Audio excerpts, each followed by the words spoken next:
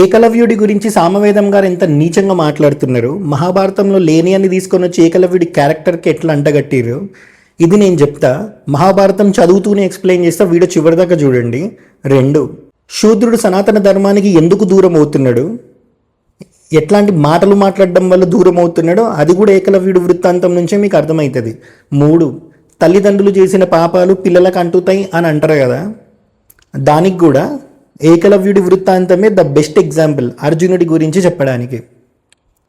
So సామవేదం గారు ఏం మాట్లాడుతున్నారో ఫస్ట్ మీకు వినిపిస్తా, క్లియర్గా వినండి.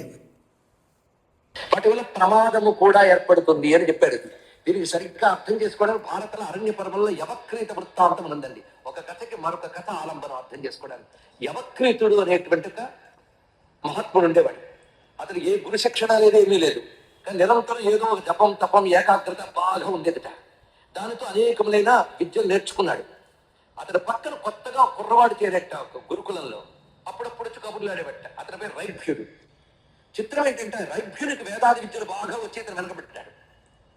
అప్పుడు దేవతల్ని ప్రశ్నించేట, అతనికి అంత విద్యలు ఎలా వచ్చాయి, నాకంటే చిన్నవాడు, నేను ఎంతో కాలం తపస్సు చేశాను, నాకు ఏవో విద్యలు వచ్చాయి కానీ అంతగా రాణించట్లేదు నా విద్యలు, ఎందువల్ల అని అడిగితే అతనికి చెప్పిన సమాధానం ఏంటంటే, గురుముఖమున బడయక దుష్కర తపమున చేసి బడయగా బడు విద్యల్ మదమును మత్సరమును గావించు ఎట్టి సాధులకైనన్. ఇది చెప్తారు ఇక్కడ. ఇది అరణ్య పర్వంలో. అందుకు ఒకదానితో ఎలా సమన్వయించుకోవాలి చూడండి. గురుముఖత కాకుండా ఈ మంత్రము జపము వీటి ద్వారా గ్రహించే విద్యలు ఏవైతే ఉంటాయో అవి పరమార్థములో అంటే ప్రయోజన దశలో అవి మదాన్ని మాత్సర్యాన్ని పెంచుతాయి, లోకానికి క్షేమాన్ని భంగం చేస్తాయి. ఇది చెప్పారు ఇక్కడ. అది గురుముఖత కాకుండా ఇలా ట్రిక్కులతో నేర్చుకోవడం అనేది ఉన్నది. ట్రిక్ అని చెప్పాలండి. ఇక్కడ ఒక రహస్యాన్ని మనం పట్టుకోవాల్సిన అంశం ఉన్నది. ఇక్కడ ఆటవికులకి శాబర విద్యలు మొదలైన ఉంటాయి. శాబర విద్యలు అంటే ఒక క్షుద్ర తంత్రం. అది వాళ్ళు ఒక బొమ్మను చేసి, ఏ వ్యక్తి బొమ్మను చేశారో దాని నామంతో ఆవాహన చేసి విద్యలు తీసుకోవడం కూడా జరుగుతూ ఉంటుంది. అందుకు ఏకల చరిత్రను అలా కూడా మనం భావన చేయవచ్చు. దానికి ఒక ఏకాగ్రత ఉండాలి. మనం చూస్తుంటే ప్రయోగాలు చేసిన పిండి బొమ్మలు చేసి ఆ పేరును లాగడం, అలాంటి ఏకాగ్రత ఇది చూపించాలని భావించిన తప్పలేదు ఏకలవ్యుడిది. అటువంటిప్పుడు క్షుద్ర విద్య ఏకలవ్యుడిది అవుతున్నది. ఇటువంటి వాడి వల్ల వీరికి విద్యలు వస్తాయి. ఎందుకంటే ఉత్తమమైన విద్యని క్షుద్రమైన వాటి అందు ప్రయోగించరాదు నియమం ఉంది. ఇతను క్షుద్రుడిని ఎక్కడ తేలిందయ్యా అంటే అంత విలువిద్యను కుక్కమూతి మీద కొట్టేట. ఇది తెలుసుకోండి. ఇక్కడ ఆ ప్రయోగించిన అడుగు దోషం ఇన్ని గమనించాడు ఆయన. పైగా ఇలాంటి వాడు రేపు పొద్దున దుర్మార్గుడే తయారై దుర్మార్గం చేస్తుంటే ఈ విద్యకి ఎక్కడొచ్చిందని ద్రోణుడి దగ్గర చెప్తూ ఉంటాడు. అప్పుడు అపకీర్తి ఎవరికి? ఇక్కడ ఏమన్నాడు, ఆటవికులకి శాబర విద్యలు వస్తాయి అన్నాడు. శాబర విద్యలు మహాభారతంలో లేవు. కావాలంటే ఇక్కడ అటాచ్ చేస్తున్నా చూడండి. ఆ కాలంలో అవి లేవు. అవి నాథ్ సంప్రదాయం ఎవరి నుంచి అయితే స్టార్ట్ అయ్యిందో, మత్స్యేంద్రనాథ్ అని, వాళ్ళ సంప్రదాయంలో వచ్చిన ఈ శాబర విద్యలు. సో ఈ మహాభారతం టైంలో లేవు. దాదాపు 1000-1100 సంవత్సరాల క్రితం వచ్చినాయి. సో ఈ శాబర విద్యలను పట్టుకొని ఏకలవ్యుడికి ఎట్లా అంటగడతాడు? సరే, 1,00,000 శ్లోకాల్లో మహాభారతం రాసిన వ్యాసుడు ఏకలవ్యుడి గురించి ఖాళీ 3-4 శ్లోకాలు రాసి వదిలిపెట్టారు అంతే. శాబర విద్యల గురించి మరి ఎందుకో మెన్షన్ చేయలేదు వ్యాసుడు. మరి వ్యాసుడు మెన్షన్ చేయనప్పుడు ఏకలవ్యుడి క్యారెక్టర్ని డీగ్రేడ్ చేయడానికి కలియుగంలో 1000 సంవత్సరాల క్రితం స్టార్ట్ అయిన శాబర విద్యలను పట్టుకొని ఏకలవ్యుడికి ఎట్లంట కడుతుండీన? ఈయన బ్రాహ్మణుడు, ఆయన ఆటవికుడు అని చెప్పా. మహాభారతం చెప్పినప్పుడు మహాభారతంలో ఉంది చెప్పాలి తప్ప క్యారెక్టర్ని డీగ్రేడ్ చేయడానికి దేన్నో లింక్ చేసి ఇట్లా అనుసంధానం చేసుకోవాలని ఎట్లా చెప్తాడు దరిద్రంగా. ఏమంటున్నాడు ఒకసారి మళ్ళీ వినండి. శాబర విద్య అంటే ఒక క్షుద్ర తంత్రం. అది వాళ్ళు ఒక బొమ్మను చేసి, ఏ వ్యక్తి బొమ్మను చేశారో దాని నామంతో ఆవాహన చేసి విద్యలు తీసుకోవడం కూడా జరుగుతూ ఉంటుంది. అందుకు ఏకల చరిత్రను అలా కూడా మనం భావన చేయవచ్చు. దానికి ఒక ఏకాగ్రత ఉండాలి. మనం చూస్తుంటే ప్రయోగాలు చేసిన పిండి బొమ్మలు చేసి ఆ పేరును లాగడం, అలాంటి ఏకాగ్రత ఇది చూపించారని భావించిన తప్పలేదు ఏకలవ్యుడి. ఎంత నీచంగా చెప్పారు కదా ఏకలవ్యుడి గురించి. ఏకలవ్యుడు క్షుద్ర విద్యతో కాదు, ద్రోణుడి విగ్రహం చేసుకుంది. ద్రోణాచార్యుడి దగ్గరికి వెళ్తారు. ఎప్పుడైతే భీష్ముడు ద్రోణాచార్యుని సెలెక్ట్ చేసుకుంటారో, కౌరవులకి పాండవులకి శిక్షణ ఇవ్వాలి అని చెప్పి, అప్పుడు ద్రోణాచార్యుడి గురించి తెలుసుకొని ప్రపంచం నుంచి ఎంతోమంది వస్తారు నేర్చుకోవడానికి. అట్లనే ఏకలవ్యుడి కూడా వస్తారు. మిగతా వాళ్ళందరికీ నేర్పిస్తారు, ఆఖరికి కర్ణుడికి కూడా నేర్పిస్తారు. కానీ ఏకలవ్యుడు నిషాదుడు అని చెప్పి నేర్పియరు. క్లియర్గా ఇక్కడ రాసింది. నేను ఇప్పుడు చదువుతాను. ఇది మహాభారతం ఆది పర్వం 131 చాప్టర్లో ఉంది. ఏకలవ్యుడి గురించి అంత చీప్గా మాట్లాడింది కదా సామవేదం గారు. మరి ద్రోణాచార్యుడు ఎట్లా అంటాడో నేను చదివి వినిపిస్తా, మీరే వినండి. ఆ సమయంలో ఇతర రాజకుమారులు కూడా చాలామంది అస్త్ర విద్యను అభ్యసించాలని ద్రోణుని సన్నిధికి వచ్చారు. అప్పుడు వృష్ణివంశజులు, అంధక వంశస్థులు, వివిధ దేశాల రాజులు, సూతపుత్రుడైన రాధేయుడు కూడా ద్రోణుడి దగ్గరికి వచ్చారు అని ఉంది. అంటే కర్ణుడు గురించి. సో ఇంతమందికి నేర్పించిన ఆయన, అర్జునుడికి కృష్ణుడు ఎంత దగ్గర సంబంధమో ఏకలవ్యుడు కూడా అంతే దగ్గర సంబంధం. మరి నిషాదుడు కాబట్టి ఏకలవ్యుడికి నేర్పించలేదు. మరి ఇది ఎక్కడి న్యాయం? నిషాదుడైన ఏకలవ్యుడికి ధనుర్విద్య నేర్పించడంలో మస్తు ప్రాబ్లం అయిపోయింది, జాతి అడ్డం వచ్చింది. కానీ తనకు సొంత కొడుకు అశ్వత్థామ పెద్ద శుద్ధపూసన చేసినవన్నీ చిల్లర పనులే. పాండవుల కొడుకులు 5 మందిని నిద్రపోతుంటే చంపేస్తాడు అన్నట్టు. చిన్నపిల్లలు అవి కూడా ఏం చూడాడు సారు. మరి అట్లాంటోడికి విలువిద్య నేర్పించే బదులు, అట్లాంటోడికి బ్రహ్మాస్త్రము ఇట్లాంటివన్నీ ఉపదేశించే బదులు ఏకలవ్యుడిని దగ్గర చేర్చుకొని ఏకలవ్యుడి నైపుణ్యం చూసి దగ్గర చేర్చుకుంటే పాండవుల వైపు నించునేటోడు కదా. అదొద్దు ఎవరికి. బ్రాహ్మణుడు అయితే చాలు, ఆడు ఎట్లాంటోడైనా, ఆడు శుద్ధపూస కాకపోయినా సరే అన్నీ నేర్పించేయాలన్నట్టు. అది ఎట్లా వాడుకుంటాడు దానికి అవసరం లేదు. మళ్ళీ అట్లా చెప్పరు వీళ్ళు. సామవేదం గారు ఇట్లాంటి వాళ్ళు ఎవరు ఏదైతే ఏకలవ్యుడి విషయంలో మాట్లాడిరో చాలా చీప్గా, అశ్వత్థామ విషయంలో మాట్లాడరు, ద్రోణుడి విషయంలో మాట్లాడరు. ఎందుకంటే వాళ్ళు బ్రాహ్మణులు కాబట్టి. ఏకలవ్యుడి విషయంలో మాట్లాడతారు ఎందుకు అని అంటే నిషాదుడు కాబట్టి. మరి శిష్యులు అన్నప్పుడు అందరిని ఒకటేలాగా చూడాలి కదా. ఇక్కడ ద్రోణాచార్యుని హైర్ చేసుకుంది భీష్ముడు కదా. మరి కౌరవులకి పాండవుల కన్నా ఎక్కువ ఇంపార్టెన్స్ తన కొడుకైన అశ్వత్థామకి ఇచ్చేటోడు. నిషాదుడైన ఏకలవ్యుడికి నేర్పించడానికి మాత్రం కష్టమయ్యింది, కానీ చిల్లర పనులు చేసే అశ్వత్థామకి మాత్రం ఎలా నేర్పించాడో చూడండి. నీటిని తెచ్చేందుకు శిష్యులు అందరికీ ఆలస్యం కావాలన్న ఆలోచనతో కమండలాలను ఇచ్చేవాడు. తన కుమారుడు త్వరగా రావాలన్న భావనతో కుండనిచ్చేవాడు. మిగిలిన వారు తిరిగి వచ్చేలోగా ద్రోణుడు తన కుమారునకు ధనుర్విద్య విశేషమేదో ఒకటి బోధించేవాడు. అర్జునుడు ద్రోణుడి చర్యను గమనించాడు అనుంది. ఇక్కడ అర్థమైంది కదా దేనికి న్యాయంగా బ్రతికిండు ద్రోణుడు. హైర్ చేసుకుంది భీష్ముడు అయితే కౌరవులకి పాండవులకి నేర్పించడానికి అయినప్పుడు తన కొడుకు ఎక్కువ ఇంపార్టెన్స్ ఇచ్చేటోడు అన్నట్టు. మరి ఇక్కడ బ్రాహ్మణుడు కాబట్టి ద్రోణాచార్యుణ్ణి నిందించట్లేదా సామవేదం గారు, లేకపోతే నిషాదుడు కాబట్టి నిందిస్తున్నాడా? మీరే ఆలోచించుకోండి. ద్రోణుడు అట్లా చేస్తుంది గమనించి అర్జునుడు తన టాలెంట్ తను చూపిస్తాడు అన్నట్టు. దాని తర్వాత అర్జునుడి సామర్థ్యం తన కొడుకుతో పాటు ఉండడం వల్ల అర్జునుడికి ఒక మాట ఇస్తాడు. ఏమని అని అంటే, విలువిద్యలో లోకంలో మరెవ్వరూ నీకు సమానులుగా కూడా నిలువలేనట్లు నిన్ను తీర్చటానికి ప్రయత్నిస్తాను. నేను నీకి సత్యవచనాన్ని చెబుతున్నాను అని అంటారు అన్నట్టు. అంటే ఇక్కడ అర్జునుడికి మాట ఇచ్చారు కదా, ఈ లోకంలో నిన్ను మించేటోడు ఇంకొకటి ఉండకుండా నేను చూస్తా అని చెప్పి. ఇక్కడ నుంచి ఏకలవ్యుడిది స్టార్ట్ అవుతుంది. జాగ్రత్తగా వినండి. ద్రోణుడు అందరికీ నేర్పిస్తున్నారు కదా అని చెప్పి ఏకలవ్యుడు వెళ్తారు. అక్కడ ఏకలవ్యుడి గురించి వ్యాసుడు ఏం రాశారు అని అంటే, మహారాజా, ఆ తరువాత నిషాదరాజు అయిన హిరణ్యధనువుని కొడుకు ఏకలవ్యుడు ద్రోణుని దగ్గరికి వచ్చాడు. ఇక్కడ శ్లోకం అటాచ్ చేస్తున్న చూడండి. ఏకలవ్యుడి పక్కన మహారాజా అన్న శబ్దం ఉంది. మరి ఏకలవ్యుడు నిషాదులకైనా సరే మహారాజే కదా, మరి నేర్పిస్తే తప్పేంది? నిషాదుడు కాబట్టి నేర్పించలేదని నెక్స్ట్ శ్లోకంలో ఉంది. ఏమని? ధర్మజ్ఞుడైన ద్రోణుడు బోయవాడన్న కారణంగా ఏకలవ్యుని శిష్యునిగా స్వీకరించలేదు. ఆయన దృష్టి అంతా కౌరవుల మీదనే ఉన్నది అని ఉంది. జస్ట్ నిషాదుడన్న కారణంతోనే నేర్పిలే, క్లియర్గా ఇక్కడ ఉంది. ఇందాక సామవేదం గారు ఏమన్నారు? క్షుద్ర విద్యల్లో ఎట్లయితే మట్టితో ఒక విగ్రహాన్ని చేసి అందులో ఆ మనిషిని ఆవాహనం చేసి విద్యలు ఎట్లయితే నేర్చుకుంటారని చెప్పారో అట్లా మహాభారతంలో లేదు. ఇక్కడ ఏముంది అని అంటే, అయితే పరంతపుడైన ఆ ఏకలవ్యుడు ద్రోణునకు శిరస పాదాభివందనం చేసి అరణ్యానికి మరలి వచ్చి మట్టితో ద్రోణుని ప్రతిమను చేసి దానిపైనే పరమోన్నతంగా ఆచార్య భావాన్ని నిలుపుకొని తీవ్రమైన నియమాలను పాటిస్తూ ధనుర్విద్యను అభ్యసించని ఆరంభించాడు. అత్యంత శ్రద్ధతో తీవ్రమైన అభ్యాసంతో ఆ ఏకలవ్యుడు బాణాలను విడవటంలోనూ స్వీకరించటంలోనూ ఎంతో నైపుణ్యాన్ని సాధించాడు అనుంది. ఇక్కడెక్కడైనా క్షుద్ర విద్య గురించి ఉందా? అందులో ఆ మనిషిని ఆవాహనం చేయడం గురించి ఉందా? లేదు.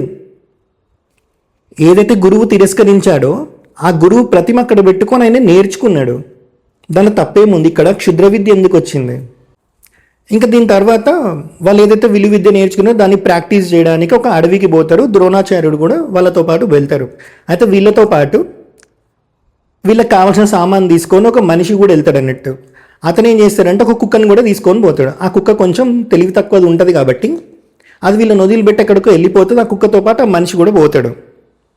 అయితే అక్కడ ఆ కుక్క ఏకలవ్యుడిని చూసి అరుస్తూ ఉంటుంది. అప్పుడు ఏకలవ్యుడు ఎట్లా ఉన్నాడు అని అంటే, ఆ ఏకలవ్యుడు నల్లనివాడు, శరీరం అంతా మలినమై ఉన్నది, జటలు జింకతోలు ధరించి ఉన్నాడు. అటువంటి ఏకలవ్యుని చూచి ఆ కుక్క మొరుగుతూ అక్కడే నిలిచిపోయింది. అప్పుడు తన అస్త్రలాఘవాన్ని ప్రదర్శిస్తూ ఏకలవ్యుడు మొరిగే ఆ కుక్క ముఖం మీద ఒకేసారి 7 బాణాలు ప్రయోగించాడు అనుంది. ఇప్పుడు ఇక్కడ సామవేదం గారు మాట్లాడేది మళ్ళొకసారి వినండి. మనం చూస్తుంటే ప్రయోగాలు చేసిన పిండి బొమ్మలు చేసి ఆ పేర్లు లాగడం, అలాంటి ఏకాగ్రత చూపించాడని భావించినా తప్పలేదు ఏకలవ్యుడికి. భావించడానికి ఈయనెవరు? అలా నిజంగా భావించి ఉంటే, అది నిజంగా జరిగే ఉంటే వ్యాసుడు మహాభారతంలో రాస్తోడు కదా, మరి ఎందుకు రాయలే? అన్ని వీళ్ళకి నచ్చినట్టే అన్నట్టు. ఇంకా ఇక్కడ క్లియర్గా చూస్తే జస్ట్ నిషాదుడని తక్కువ జాతి అని చెప్పి దూరం పెట్టినట్టుగా అనిపిస్తుంది ఈయన మాటల్లో కూడా. ఎందుకంటే ఈయన బ్రాహ్మణుడు కదా. మరి అటువంటిప్పుడు క్షుద్ర విద్య ఏకలవ్యుడిది అవుతుంది. ఇటువంటి వాడి వల్ల వీరికి విధులు వస్తాయి. ఎందుకంటే ఉత్తమమైన విద్యని క్షుద్రమైన వాటి అందు ప్రయోగించడానికి నియమం ఉంది. ఇతను క్షుద్రుడికి ఎక్కడ తేలిందయ్యా అంటే అంత విలు విద్యను కుక్కమూతి వెతుకొచ్చేట. ఇది తెలుసుకోండి. మరి అతని ఇందులో ఏముంది? ఏకలవ్యుడి శరీరం గురించి నల్లగా ఉంటాడు అనుంది, జింకతోలు కట్టుకున్నవాడు అనుంది. మరి ఆ కుక్క ఆ రాజ్యంలో ఏదైతే చూసిందో దానికి పూర్తిగా విరుద్ధంగా ఏకలవ్యుడికి అనిపించినప్పుడు అరుస్తుందా అరవదా? మరి అరిచినప్పుడు మనమే భయపడతాం కదా. భయపడ్డప్పుడు రాయి సుడతాం కదా. అంటే ఇప్పుడు మనం క్షుద్ర విద్య నేర్చుకొని కుక్క మీద రాయేసినట్ట కాదు కదా.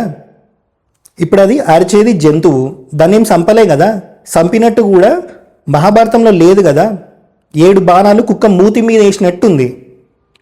మరి ఇక్కడ ఏకలవ్యుడిది తప్పెక్కడయ్యింది? రామాయణంలో వాలిని సంహరించినప్పుడు కూడా వాలి చాలా క్వశ్చన్స్ వేస్తాడు. నీకు నాకు సంబంధమే లేదు కదా రామా, నువ్వు నేను ఎప్పుడు ఒకరినొకరు చూసుకొని కూడా చూసుకోలే కదా, నీకు నాకు వైరం ఎక్కడిది, నువ్వు అంత ధర్మాత్ముడు అంటారు కదా అందరూ, మరి నీ ధర్మం ఎక్కడ పోయింది నన్ను చంపేటప్పుడు అని చెప్పి వాలి ఇన్ని క్వశ్చన్స్ వేస్తే రాముడు చెప్తారు.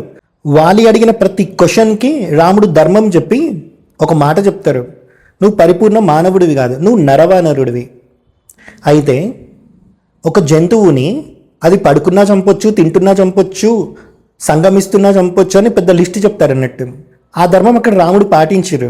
అయితే ఇక్కడ ఒక కుక్క ఏకలవ్యుడి మీదికి అరుస్తుంది. మరి ఆయన చూసి మరి బాణం వేసి తప్పింది. అక్కడ ఆయన ధర్మం ఎక్కడ తప్పిండు? ఏకలవ్యుడు ధర్మం ఏం తప్పలేదే. మరి ఎందుకు ఆయన అంత నీచంగా ఏకలవ్యుడి గురించి చెప్తున్నారు? కుక్క మొహం మీద బాణాలు వేసాక ఆ కుక్క మళ్ళీ పాండవుల దగ్గరికి వెళ్తుంది. అక్కడ ముఖం నిండా బాణాలతో ఆ కుక్క పాండవుల దగ్గరకు వచ్చింది. దానిని చూచి వీరులైన ఆ పాండవులు ఎంతో ఆశ్చర్యపడ్డారు. ఆ హస్తలాఘవాన్ని, శబ్దాన్ని అనుసరించి లక్ష్యాలను భేదించగల అపార నైపుణ్యాన్ని చూచి వారంతా సిగ్గుపడ్డారు. ఆ విలుకాన్ని బహు విధాలుగా ప్రశంసించారు అనుంది. దీని తర్వాత పాండవులు ఏకలవ్యుని గుర్తుపట్టారు. ఎప్పుడైతే ఏకలవ్యుడు ద్రోణుడి దగ్గరికి వచ్చి నాకు విలువిద్య నేర్పి అని వచ్చారో అప్పుడు వచ్చిన వేషంలో ఇప్పుడు లేడు కాబట్టి గుర్తుపట్టారు. నువ్వెవరివి అని అడిగినప్పుడు ఆయన ఇట్లా చెప్తారు, వీరులారా, నేను నిషాదరాజైన హిరణ్యధనువుని కొడుకును, విలువిద్యలో పరిశ్రమ చేసిన వాడను, ద్రోణ శిష్యుడను అని. ద్రోణ శిష్యుడను అని చెప్పగానే అర్జునుడికి డౌట్ వస్తుంది, ప్రపంచంలో అందరికన్నా శ్రేష్ఠుడిని నన్ను చేస్తా అని చెప్పారు కదా, మళ్ళీ ఈయన ఎక్కడి నుంచి వచ్చారు అని చెప్పి. సో దాని గురించి అర్జునుడు అడుగుతారు ద్రోణుణ్ణి. ఏమని అని అంటే అర్జునుడు ఇలా అన్నాడు, ఆనాడు నన్ను కౌగిలించుకొని ప్రేమపూర్వకంగా నా శిష్యులలో నిన్ను మించిపోగల వాడెవడు ఉండడు అని తమరు నాతో అన్నారు కదా, కానీ తమ శిష్యుడు నిషాద రాజకుమారుడు అయిన ఏకలవ్యుడు నన్ను లోకాన్ని మించిన వీరుడు ఎలా కాగలిగాడు అని అంటాడు అన్నట్టు. అప్పుడు ద్రోణాచార్యుడు ఏం చేస్తాడనంటే, ద్రోణాచార్యుడికి తెలుసు కదా తను ఎవరికి నేర్పించలేదు ఏకలవ్యుడు అనే పేరుతో ఉన్న ఆయనకి అని చెప్పి. అప్పుడు అర్జునుడు ఏదైతే ఏకలవ్యుడి గురించి చెప్పిరో దాని గురించి విన్నాక ఏకలవ్యుడి దగ్గరికి ద్రోణాచార్యుడు వెళ్దామని అనుకుంటారు. అప్పుడు ఏం జరుగుతుంది అని అంటే, ఏకలవ్యుడు తన దగ్గరకు వస్తున్న ద్రోణాచార్యుని చూచి ఎదురేగి పాదాలనంటి నేలకు తల ఆనించి నమస్కరించాడు. ఆ తరువాత యథావిధిగా ఆ ద్రోణుని పూజించి ఏకలవ్యుడు తనను ద్రోణుని శిష్యునిగా తెలియజెప్పుకొని చేతులు జోడించి ఎదుట నిలిచాడు అనుంది. ఆ తరువాత ఏకలవ్యుడు ద్రోణుడిని పూజించి ద్రోణుడి ఎదుట నించొని నేను మీ శిష్యుణ్ణి అని చెప్పుకున్నాడు అన్నట్టు. అప్పుడు ద్రోణాచార్యుడు ఏమంటారు అనంటే, రాజా, ఆ తరువాత ద్రోణుడు ఏకలవ్యునితో, వీరుడా, నీవు నా శిష్యుడవే అయితే నాకు గురుదక్షిణ నిమ్ము అని అడిగాడు. ఆ మాట విని ఏకలవ్యుడు ఆనందంగా ఇలా అన్నాడు, స్వామి, నేను మీకేమివ్వాలి? గురువుగా తమరు ఆదేశించండి. బ్రాహ్మణ శ్రేష్ఠ, గురువున కీయరానిదంటూ నా దగ్గర ఏదీ లేదు అని. అప్పుడు ద్రోణుడు చెప్తారు, ద్రోణుడు కుడి చేతి బ్రొటన వేలి నిమ్మని అడిగాడు. ద్రోణుని ఆ భయంకర వచనాన్ని విని సంతతము సత్యవాక్పాలన చేసే ఏకలవ్యుడు తన ప్రతిజ్ఞను నిలుపుకుంటూ దిగాలు పడకుండా ప్రసన్న ముఖంతో ఏమాత్రమూ ఆలోచించకుండా తన బ్రొటన వేలిని ద్రోణునకిచ్చాడు అనుంది. ఇక్కడ ఏమనుంది ఏకలవ్యుడి గురించి? సత్యవాక్పాలన చేసే ఏకలవ్యుడు అనుంది. అంటే ఎప్పుడు సత్యం అనే దాని మీద ఏకలవ్యుడు నించుంటాడు అని ఉన్నప్పుడు ఏకలవ్యుడు క్షుద్ర పూజలు నేర్చుకున్నాడు, మట్టితో ఒక విగ్రహాన్ని సృష్టించి అందులో ద్రోణుడిని ఆవాహన చేసిండని ఇట్లాంటివన్నీ ఎట్లా చెప్తుండు సామవేదం గారు ఏకలవ్యుడి విషయంలో. ఇక్కడ మీరు రెండు విషయాలు గమనించాలి. ఒకటి, అర్జునుడు ద్రోణాచార్యుడి దగ్గరికి వెళ్ళి అడుగుతారు కదా, ఏది చూసి? ఏకలవ్యుడి నైపుణ్యం చూసి తనని మించిపోయే స్థితిలో ఏకలవ్యుడు ఉన్నాడని చెప్పి అర్జునుడు అడుగుతారు. ఎందుకంటే ద్రోణాచార్యుడు అప్పటికి అర్జునుడికి మాట ఇచ్చారు కాబట్టి. ఏమని? నా శిష్యులలో విలువిద్యలో నిన్ను మించిన వాడు ఎవడూ ఉండడు, అలా నిన్ను నేను తయారు చేస్తా అని చెప్పి. సో ఇక్కడ అర్జునుడు తనకిచ్చిన మాట గురించి అడిగిండు, కానీ ఈ మాట ఏకలవ్యుడు బొటనవేలు ఇచ్చేదాకా వెళ్ళింది. అంటే ఇక్కడ అర్జునుడికి కర్మ తగులుతుందా లేదా? ఇక్కడ ఏదైతే ద్రోణుడిని పట్టుకున్నాడో తన స్థాయి కోసం, మరి ఇదే ద్రోణుడి వల్ల అర్జునుడి కొడుకైన అభిమన్యుడు చనిపోవాల్సి వస్తుంది. కురుక్షేత్ర యుద్ధంలో పద్మవ్యూహంలో వెనక నుంచి బాణాలేసి మరీ చంపేస్తారు అన్నట్టు, చాలా దారుణంగా చంపేస్తారు. ఇక్కడ గనక అర్జునుడు కానీ ద్రోణాచార్యుడు కానీ ఏకలవ్యుడి నైపుణ్యాన్ని గుర్తించి ఏకలవ్యుడి భుజాన చెయ్యేసి రాజ్యానికి తీసుకొని వెళ్ళి, నీకు నేను నేర్పిస్తా, నువ్వు మా రాజ్యంలో ఉండాలి, నువ్వు మా రాజ్యం తరఫున ఫైట్ చేయాలి, ఎప్పుడన్నా యుద్ధం చేయాల్సి వస్తే అని చెప్పి ఆ రోజు కనుక మాట అడిగింటే అర్జునుడు కానీ ద్రోణాచార్యుడు కానీ పాండవులు కానీ మహాభారత యుద్ధం వేరేలాగుంటుండే. ఇక్కడ మీరు గమనించాల్సింది ఏంది అని అంటే, సనాతన ధర్మంలో ఎలాంటి వాళ్ళ మాటల వల్ల దళితులు శూద్రులు సనాతన ధర్మానికి దూరం అవుతున్నారో మీరు గమనించండి. ఇప్పుడు ఇక్కడ మహాభారతంలో లేని అన్ని తీసుకొని వచ్చి ఏకలవ్యుడి క్యారెక్టర్ గలీజ్ చేయడానికి సామవేదం ఏదైతే చెప్తున్నారో మరి మహాభారతంలో అది లేదు. ఇక్కడ మీరు గమనిస్తే తక్కువ జాతనో లేకపోతే శూద్రుడనో దళితుడనో మనం దూరం పెట్టడం వల్ల ఎంత గొప్ప గొప్ప వాళ్ళు సనాతన ధర్మానికి దూరం అయ్యి రేపొద్దున మళ్ళీ వాళ్ళే థ్రెట్ అయ్యే ఛాన్స్ కూడా అవుతుంది. మరి ఇక్కడ ద్రోణాచార్యుడు ఏకలవ్యుడికి నేర్పించకపోవడం వల్ల ఏకలవ్యుడు ఏం చేసిండు? జరాసంధుడి ఆర్మీలో ఉండి కృష్ణుడికి ఆపోజిట్గా ఫైట్ చేసిండు. మళ్ళీ ఆ భారమంతా ఎవరు ఫేస్ చేయాల్సి వచ్చింది? మళ్ళీ కృష్ణుడే ఫేస్ చేయాల్సి వచ్చింది. మళ్ళీ అక్కడ ఉన్న వాళ్ళందరినీ సంహరించాల్సి వచ్చింది. అదే ఏకలవ్యుని దగ్గర చేర్చుకొని ఉంటే వీళ్ళ ఆర్మీలోనే అర్జునుడి లాంటోడు ఇంకొకడు ఉంటుండే ఏకలవ్యుడు. ఏకలవ్యుడి గురుభక్తి పక్కన పెట్టి ఏకలవ్యుడి క్యారెక్టర్ని అసాసినేట్ చేస్తున్నారు చూడు, ఇది దరిద్రం. ఇది సనాతన ధర్మం కాదు. సనాతన ధర్మానికి ఇట్లాంటి మాటలే మళ్ళీ రేపు పొద్దున ప్రాబ్లం అవుతాయి. మళ్ళీ నేను ఎంత గొప్పగా కవర్ చేస్తుండో తెలుసా? శ్రీకృష్ణుడు అంట మహాభారత యుద్ధం వరకు రాకుండా ముగ్గురిని ముందే అంతమందించిండంట. అందులో ఏకలవ్యుడు ఒకడంట. ఇదే ప్రవచనంలో చెప్తుండే ఆయన, ఎంత దరిద్రంగా చెప్పిండో. ద్రోణాచార్యుడు చేసిన తప్పు, అర్జునుడు చేసిన తప్పు వల్ల ఏకలవ్యుడు అటువైందని చెప్తలేడు. వినండి, అది కూడా వినిపిస్తా. దీని వెనకాల కూడా భగవంతుని యొక్క ప్రణాళిక ఉంది. మొత్తం ప్రణాళిక అంతా దైవీయమైన ప్రణాళిక. ఇది తెలియాలి అంటే మహాభారత యుద్ధం జరుగుతున్నప్పుడు ఆ జరగడానికి పూర్వరంగంలో కృష్ణ పరమాత్మ చెప్తాడు ఒక రహస్యం. ఏమంటే ఒక ముగ్గురిని నేను ముందే మరణించేలా చేయడంలో ఒక అద్భుతమైన అంశం ఉంది. వాళ్ళు గారి బ్రతుకున్నారనుకో ఇప్పుడు దుర్యోధనుడికి ఇంకా బలం ఎక్కువైపోతుంది. అందుకే అనేక అసుర బలాన్ని నేను ముందే సంహరించుకుంటూ వచ్చాను.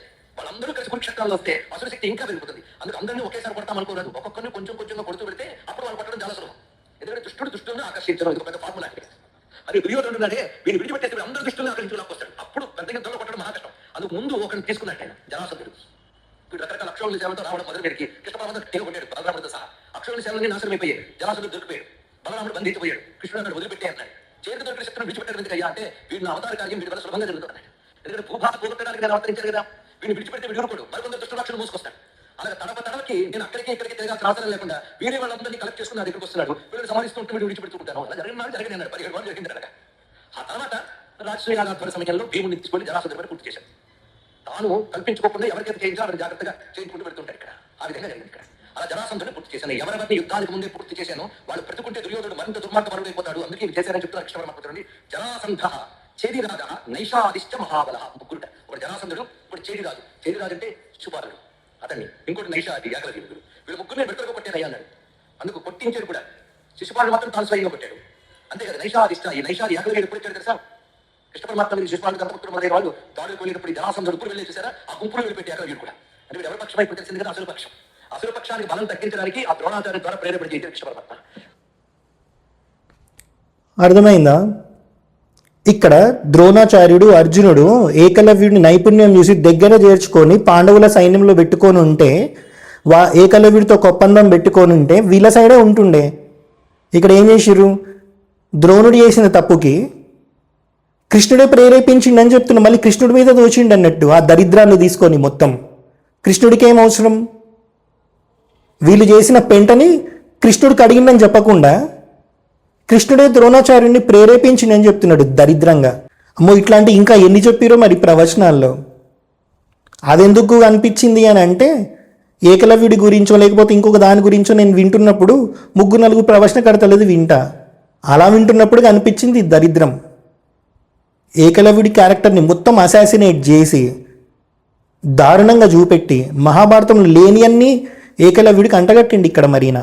మళ్ళీ చెప్తున్నా, వ్యాసుడే ఏకలవ్యుడి గురించి చెప్తున్నప్పుడు సత్యవాక్ పరిపాలన చేసే ఏకలవ్యుడు అని రాశారన్నట్టు. మరి సత్యవాక్ పరిపాలన చేసి ఏకలవ్యుని నువ్వు కాదనుకోవడం వల్ల కదా అవతల సైడ్కి పోయింది. మహాభారతము వీళ్ళు చెప్పిన మీరు వినకండి. వీళ్ళు చెప్పిన వాటి మీద మీకు కొంచెం డౌట్ వచ్చినా సరే మహాభారతం బుక్కులు చదవండి, మీకు పిచ్చ క్లారిటీ వస్తుంది. వీళ్ళన్నీ ఈ బ్రాహ్మణ యాంగిల్లో చెప్తారన్నట్టు కింద వాళ్ళని దూరం చేయడానికి. సనాతన ధర్మానికి ప్రాబ్లమే ఇగో ఇట్లాంటి ప్రవచనాలు చెప్పడం వల్ల. మహాభారతంలో ఒకటి ఉంటుంది, వీళ్ళు చెప్పేది ఒకటి ఉంటుంది. ఇందాక చెప్పినా కదా, మరి అర్జునుడు ఏదైతే కోరుకున్నాడో తనని మించినోడు ఇంకొకడు ఉండొద్దని చెప్పి ఏదైతే ద్రోణాచార్యుడు మాటిచ్చిండో దానివల్ల కురుక్షేత్రంలో అభిమన్యుడు ఇదే ద్రోణుడి వల్ల కర్ణుడు ఇట్లాంటి వాళ్ళు వెనక నుంచి బాణాలు వేసి అభిమన్యుడు ఫైట్ చేస్తుంటే అభిమన్యుడితో ఫైట్ చేయడం చేతగాక ద్రోణాచార్యుడు ఇచ్చిన ఐడియా వల్ల అభిమన్యుడు చచ్చిపోవాల్సి వచ్చింది. ఇక్కడ అర్థమైంది కదా కర్మ. అర్జునుడు ఏదైతే తను గొప్ప అవ్వాలని కోరుకున్నాడో ఆ కర్మ అభిమన్యుడి మీద కూడా వాడి ఉండొచ్చు. మరి ఈయనట్లయితే ఆ పర్వం ఈ పర్వంలో నుంచి థింగ్స్ అన్నీ అనుసంధానం చేసుకొని చదవాలంటున్నాం. మరి నేను ఇక్కడ అనుసంధానం చేసిన మరి ఇది కదా మహాభారతం, ఇది కదా ధర్మం. మళ్ళీ చెప్తున్నా, సనాతన ధర్మానికి ప్రాబ్లం ఎవరో కాదు, ఇట్లాంటి ప్రవచనాలే. శూద్రులు, దళితులు వీళ్ళందరూ ఎందుకు దూరం అవుతురు? ఏకలవ్యుడి పేరు మీద ఒక సపరేట్ సెక్ట్ ఒకటి తయారవడానికి కూడా ఇట్లాంటి ప్రవచనాలే కారణం. ఎప్పుడైతే మనం కలుపుకుంటూ పోతామో అవతలోడి టాలెంట్ చూసి ఆడి జాతిని చూడకుండా, ఆడి ఏ కులంలో పుట్టాడో చూడకుండా ఎప్పుడైతే కలుపుకుంటూ పోతామో అప్పుడే సనాతన ధర్మం మళ్ళీ నించుంటుంది. అది ధర్మం సత్యం అనే పాదం మీద నించోవడం. క్లియర్గా వ్యాసుడే రాసిండు ఏకలవ్యుడి గురించి సత్యవాక్ పరిపాలుడు అని. సో మీ అంతలో మీరు చదివి నేర్చుకోండి. ఇట్లా నమ్మి మీరు కనుక పురాణాల్లో ఉన్న గొప్ప గొప్ప క్యారెక్టర్లని నెగిటివ్గా తీసుకుంటే సపరేట్ సెక్టులు ఫామ్ అవుతాయి. మళ్ళీ అది సనాతన ధర్మానికి ప్రాబ్లం అవుతుంది. హరహరం మహాదేవ.